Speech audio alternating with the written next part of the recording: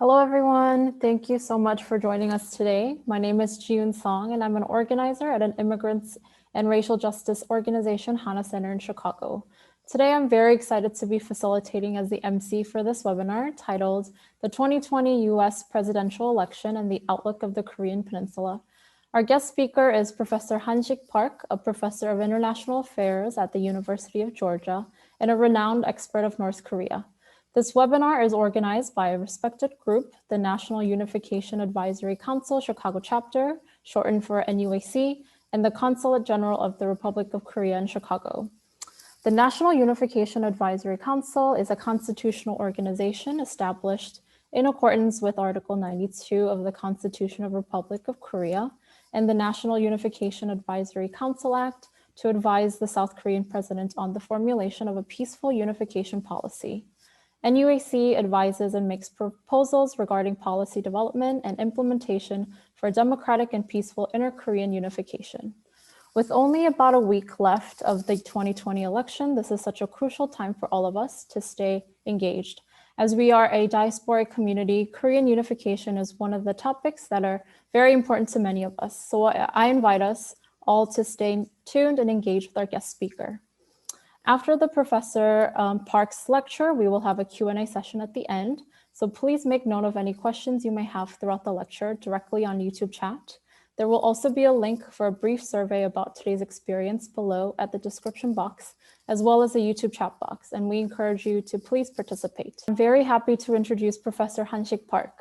He was born in the Republic of China to ethnically Korean parents. He attended Seoul National University for his undergrad, the American University for his master's, and finally, the University of Minnesota's for PhD. He's both the professor emeritus and the director of the Center for the Study of Global Issues at the University of Georgia.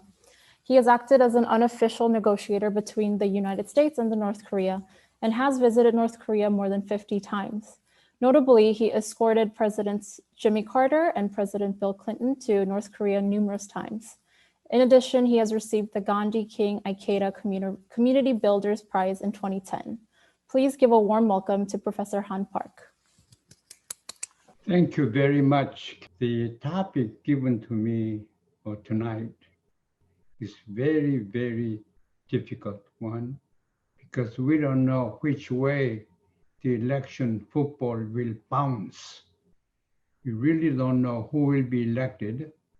In fact, the outcome of one or the other candidate being elected has profound implications and impact on the Korean Peninsula, especially US-North Korea relations.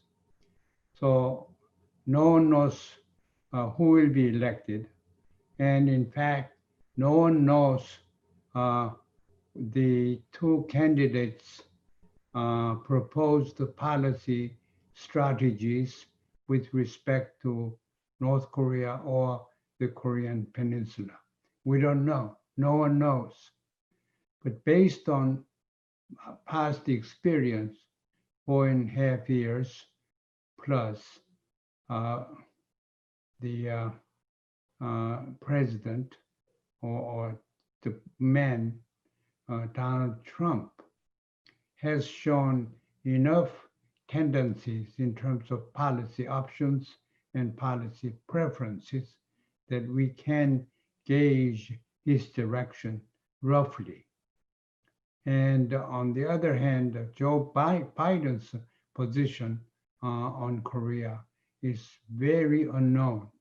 But fortunately, the other night, when the two candidates had a television public debate, I listened very carefully twice, and I noticed a couple of sentences, very profound sentences that Joe Biden expressed in his presentation.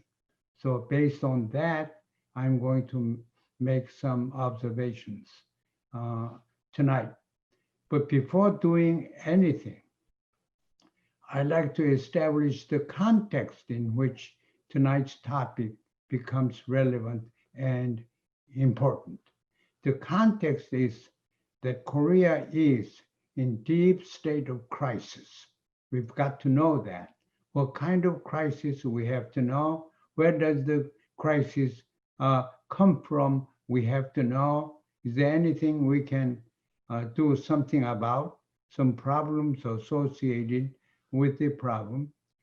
We have to know the background, historical background is very important.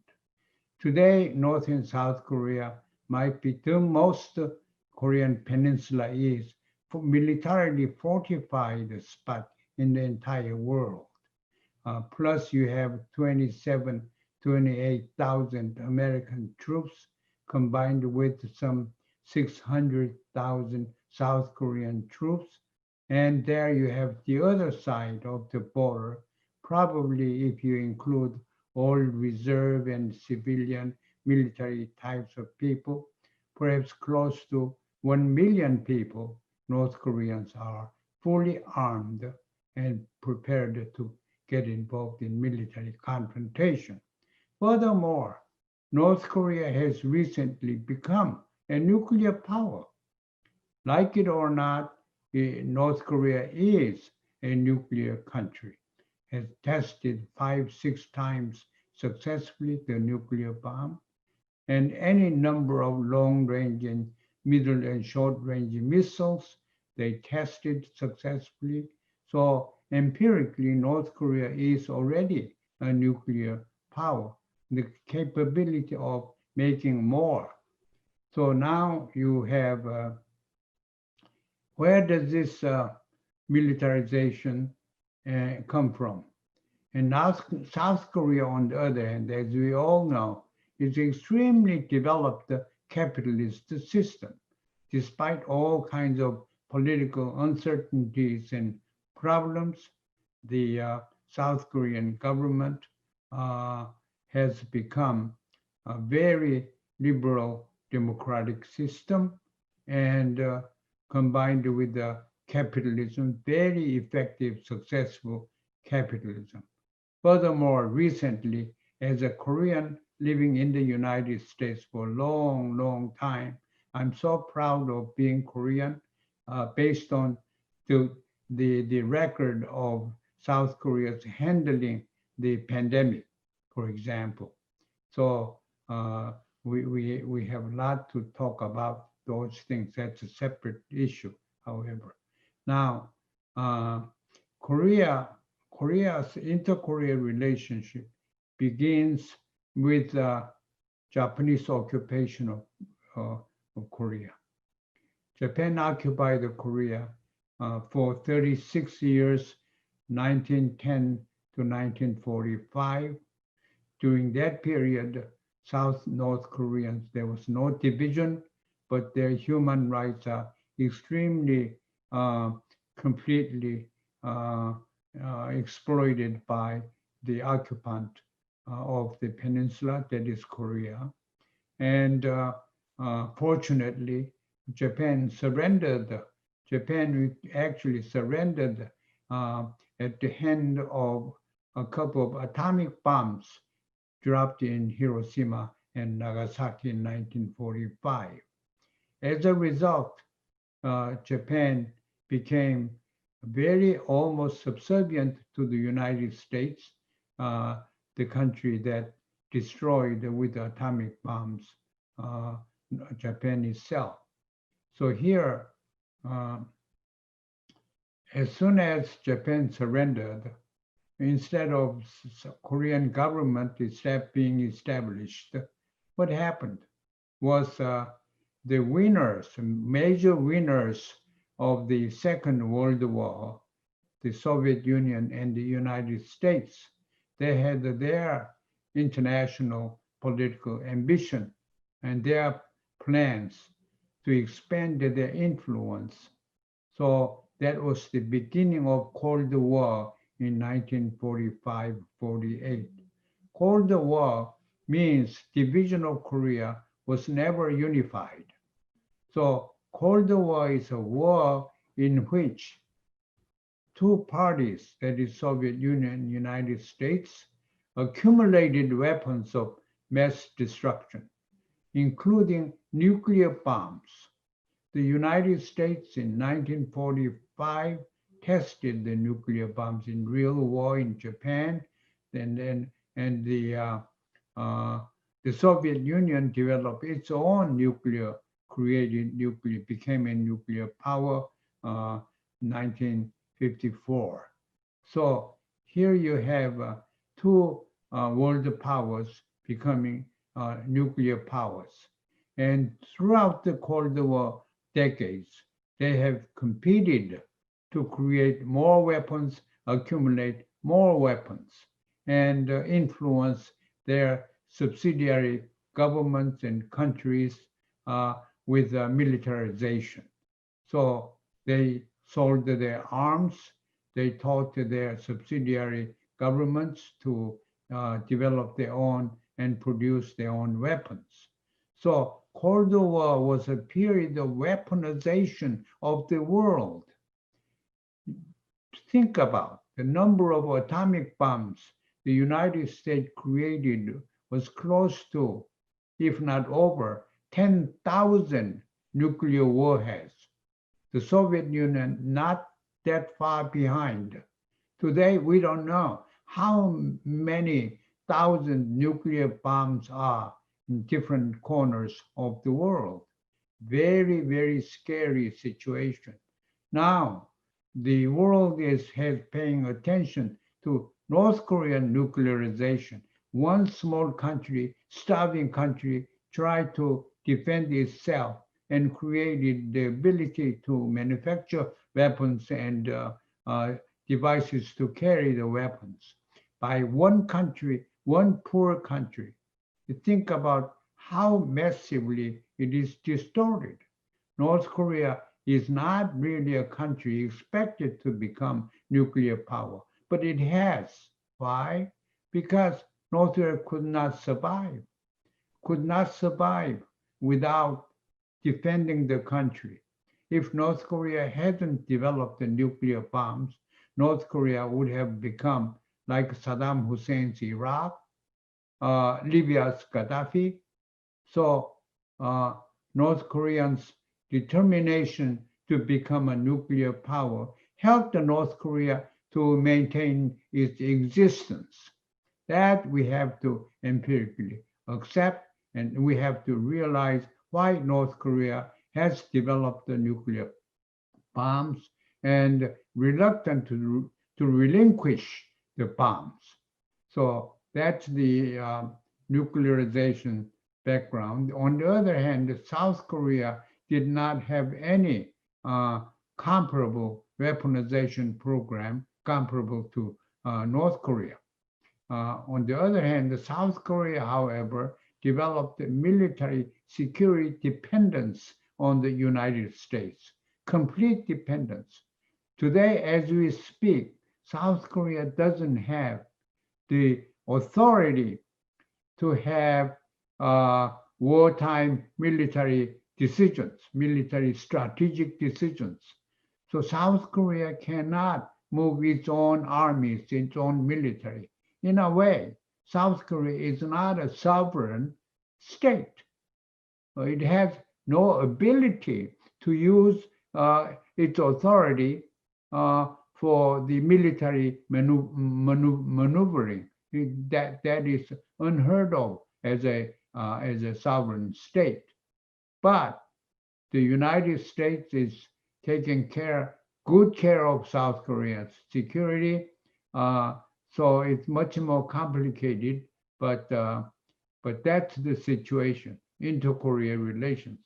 The two, throughout the Cold War, not only did they arm themselves, in the case of South Korea, relying on the United States assistance military, but in the case of North Korea and South Korea, they mutually demonized.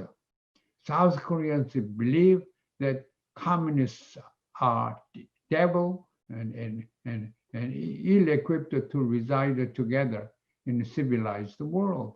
North Korean thinks likewise about South Korea. So the two systems have intense hatred, if you will, disapproval, if you will, but at the same time, they have military capability in the North, nuclear capability even. So unless we manage it very skillfully, the relationships, any kind of military provocation, military clash will mean disaster, not only for Koreans, but the region and the global community as a whole. If you have a war in Korea, most likely there will be a third world war involving China and the United States. So that importance, that kind of grave importance is for us. So in this situation, if you look at Donald Trump and Joe Biden's position statements, I can, based on general analysis and my experience or our common experience with the two candidates, we can summarize as follows. Donald Trump is basically a racist. Donald Trump has a strong white supremacy ideology. And he dropped, not the United States as a whole, is a strong racist tenet there. And I'm an American scholar, but it's very sad to admit that the United States is quite racist, quite white supremacist. Because of that, Donald Trump will not protect the dignity of North Korea. He may like Kim Jong-un, one person, but I don't think he likes Korean people, North or South Korea. So Donald Trump, if necessary, will be using military tactics against North Korea. And that means North Korea realizing that had already become a nuclear power. So any kind of military confrontation between the United States and North Korea would mean disaster, calamity for all Koreans, for the region as well as the world. So here, Donald Trump's position is, if he likes North Korea, he has not, why he hasn't reduced the sanctions against North Korea. He could have reduced in Hanoi, in Saigon, he would have, in Singapore, I mean, he would have reduced, but he did not. He's not going to help economically North Korea. What he likes is very interesting character, Kim Jong-un. He would like to take pictures together. He may be thinking it would have helped the election chances, but that's all over. Now, from now on the part of Donald Trump, there will be no desire to improve relations with North Korea.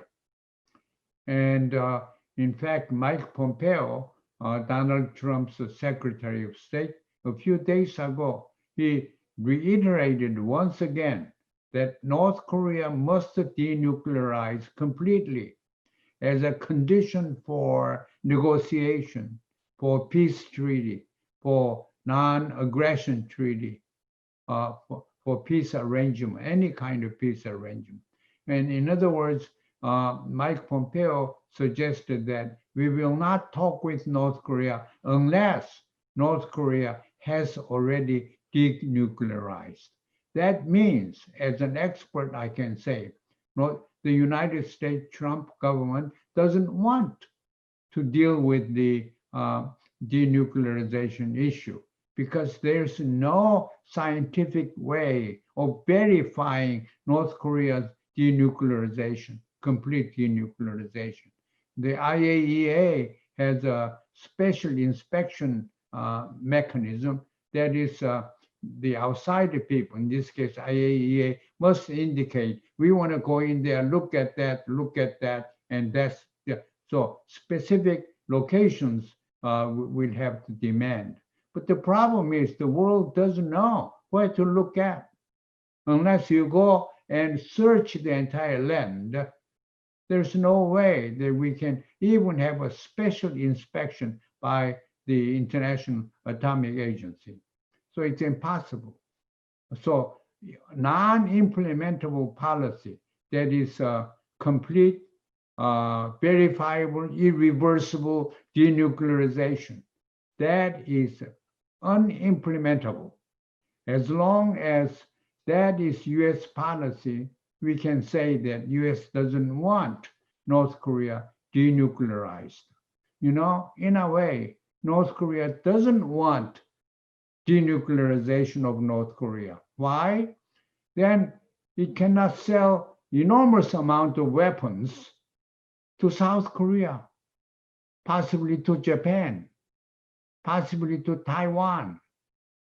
So what moves America is a military-industrial complex that Dwight D. Eisenhower predicted.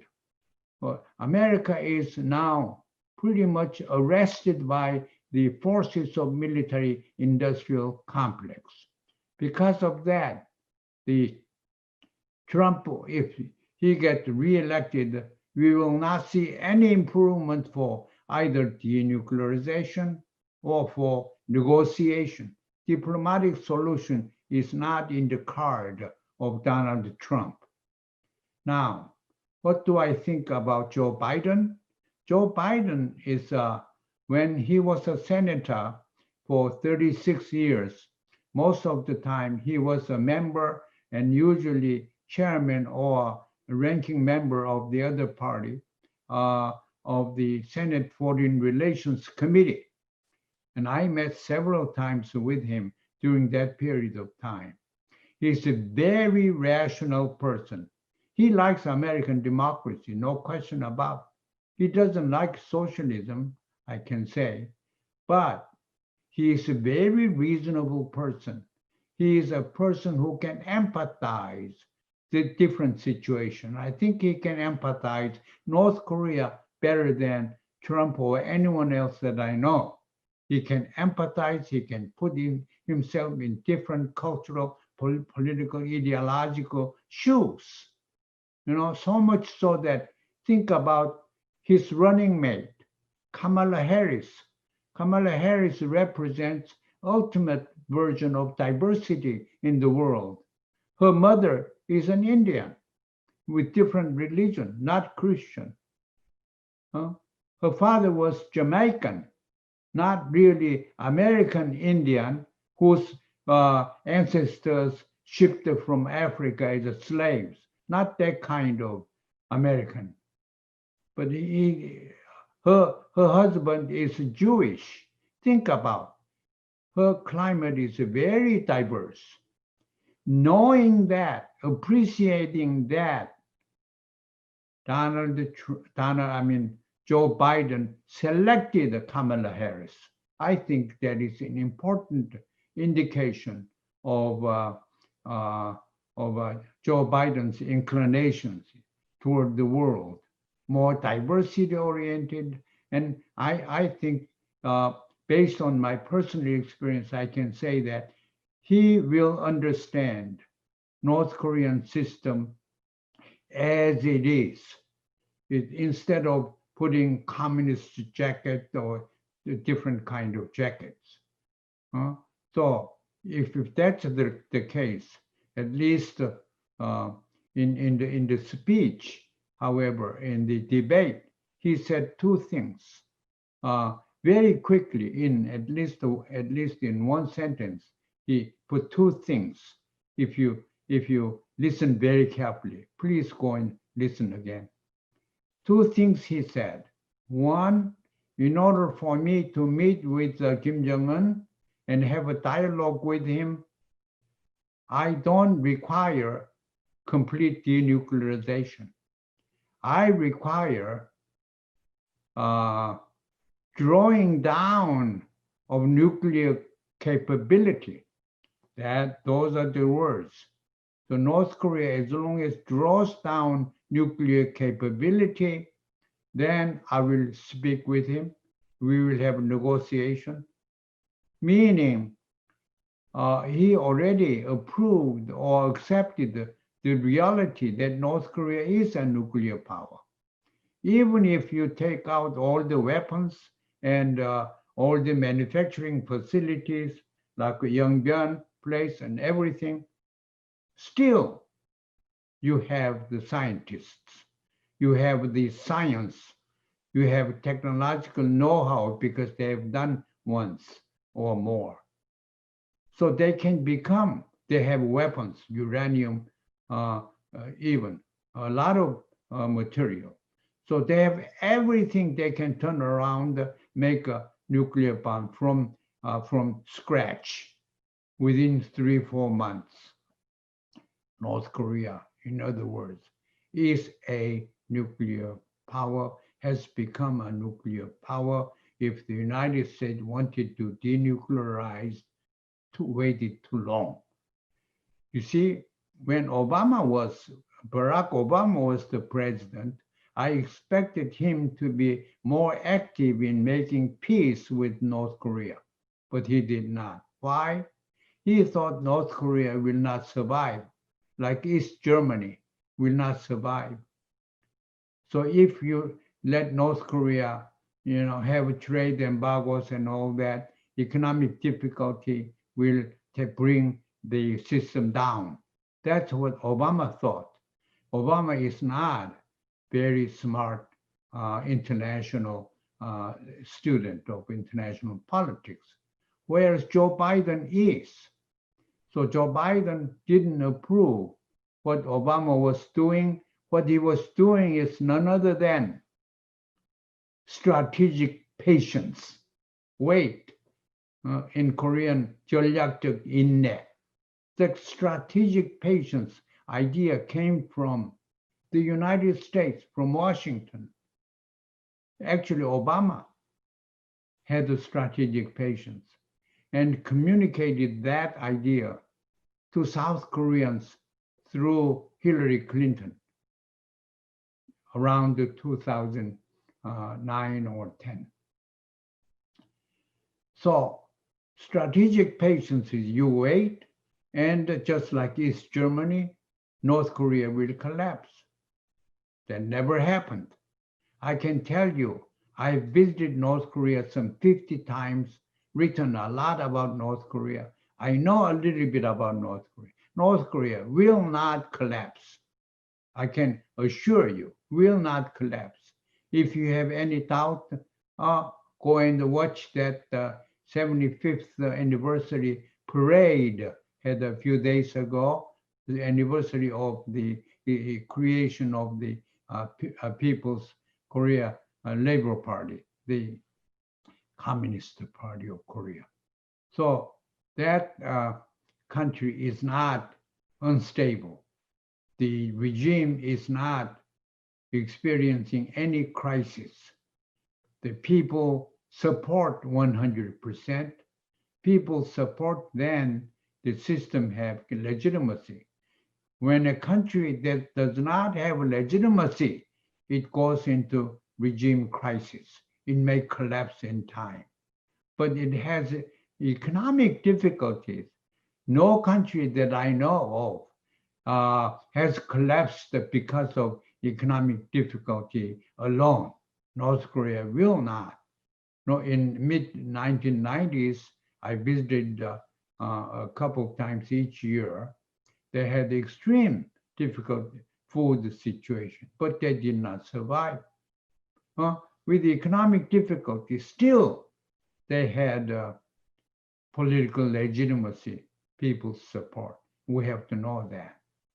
So here, the Joe Biden's approach is much more realistic because did not demand the complete denuclearization. And also Joe Biden said that one important phrase, that one, we want nuclear-free zone in that area, meaning both North and South Korea should be nuclear-free. If not more than that. Maybe in the future, Japan, Taiwan, may be included. But nuclear-free zone concept is very compatible with Kim Il-sung's idea of denuclearization. Both North and South Korea. North Korea will not even listen to any kind of negotiation if the topic is North Korea's denuclearization. North Korea doesn't think that is acceptable. It has to be the regional, the Korean peninsula as a whole, both North and South, should be denuclearized. South Korea doesn't have its own nuclear capability, but American vessels and troops and their tactical nuclear warheads, any number of those we have had. So all these must be removed, and we must remove those. And Biden suggested that. No one else does that. So I have a somewhat blind, hopeful thinking that Biden administration will be much more constructive for Korean situation. But we have to have a Biden elected first. In any case, so a few days election. Now go back to the Korean situation. The Korean situation is very, very, as I said, unpredictable. But now this extremely different kind of North Korea, South Korea. How do we find a way of reuniting? If you are going to have one system prevailing over the other, there's no unification scenario. Korea is no Germany. North Korea is no East Germany. South Korea is no West Germany. You have entirely political climate, economic arrangements there and everything, and culture, everything is different. East Germany has been under the direct influence of the Soviet Union. It has never developed its own ideology, but North Korea is different. North Korea, what kind of socialism is North Korea? First, we have to realize that North Korea is a socialist system. Socialism meaning there is no private ownership in terms of real estate and so on. It's different from South Korea. North Korea is an extremely nationalistic system, whereas South Korea is different, not as nationalistic. South Korea is more pragmatist and perhaps a global. But North Korea is very nationalist system. So North Korea is different from the South in that North Korea is trying to establish a society totally equal. Equality is more important than liberty. As we know, socialism's emphasis is on equality as opposed to capitalism, which is based on freedom or liberty. But North and South Korea, one is equality, one is liberty. South Korea seems to be oftentimes too liberal to the extent that when you have money, there's no way that you can curb that. So polarization of distribution of resources, that's South Korea. No such thing as polarization, rich people, poor people in North Korea. So in other words, what I'm saying is we have different systems. We cannot find unification. The only way of finding unification is doing peaceful unification. You know, Koreans have been arrested by what I call the security paradigm. Security, everything is security oriented. But what we need is not security. Security, we believe, can be brought about by militarization, strong army, strong economy. Then you have money, you have soldiers, guns, then you have secure. That's security, but that's not peace, because peace is not the absence of conflict. The absence of conflict is absence of conflict. It's not peace. What is peace? Peace is the creation of harmony. That's a peace. Harmony is the creation of oneness out of diversity. If you're going to musical harmony, you have different instruments in orchestra played. The conductor will find a way to harmonize them. That harmony is a creation of oneness at the higher level out of diversity in the lower level. That's what harmony is. So we have to work at creation of harmony. How do we do that? We harmonize North Korea and South Korea. That is equality and liberty. We can harmonize. Why not? Individuals and collective entities, why not? We can harmonize. We cannot think of individuals apart from groups, and vice versa. It's theoretically possible, empirically, historically, reliable solution. That is a peaceful solution, not security solution. Security solution, everyone will die, because our military capability is such that we decided to use the military security instruments, then we are all doomed. That we have to realize, especially young people living in the United States with Korean ancestry. You've got to realize that we have to work for peace, not security. Because, human history, we have had this security paradigm for 2,000 plus years. Now, security doesn't give us even security itself. It's always unstable, always provocation, always fear, distrust, mistrust. That's what security culture will provide, rather than peaceful environment. So here, the world needs peaceful development, not security anymore, the world. Now we talk about China's coming out as a superpower, and the United States staying as a superpower and making a new kind of world order, a polarized world order, instead of Soviet Union and the United States. Now China versus the United States. I don't think it will ever work, because the two systems are not fully enough to commit suicide, both of them. It's different. The Soviet and American situation, yes, they had a mutual fear. They developed a competitive instinct to accumulate more weapons. But this is going to be different.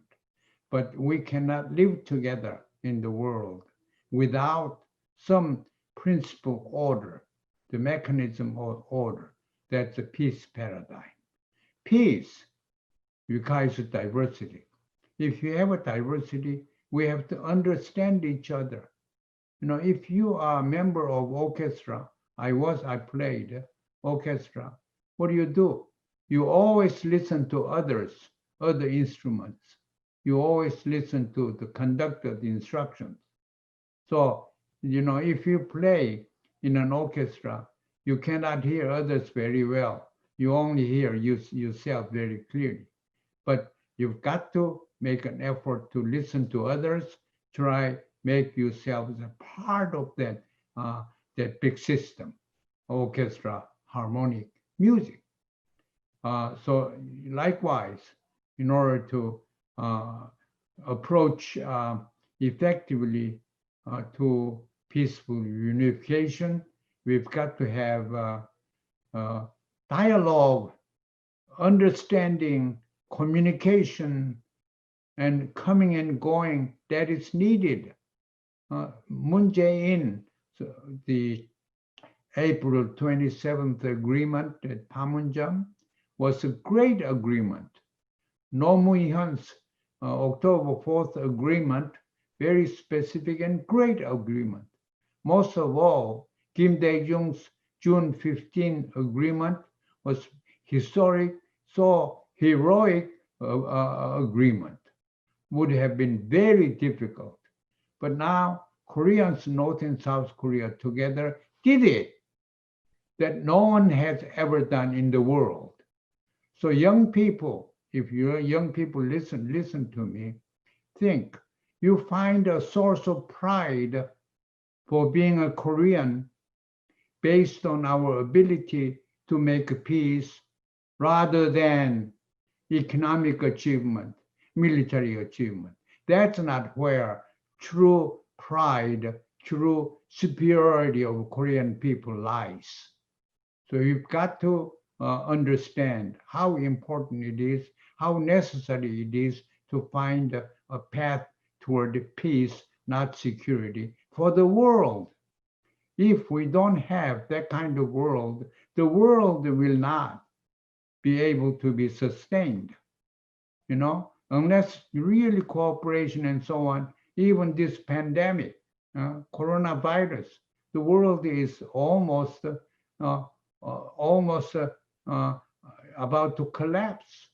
Western civilization is experiencing great deal of turmoil because its inability to handle such a thing, very simple thing.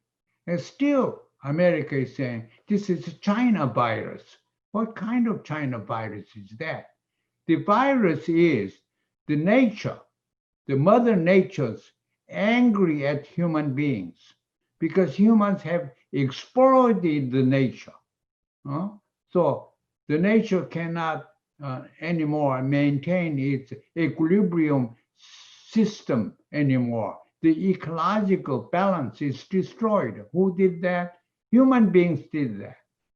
So the nature is barking back, striking back against humanity. That's where this virus happened.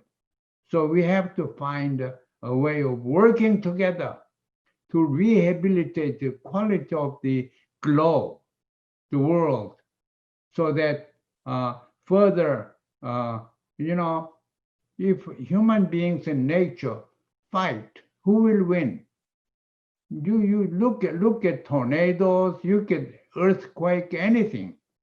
We are not that strong, We can kill ourselves. We can develop nuclear bombs in order to kill ourselves, each other, but we don't have the ability to even control the weather.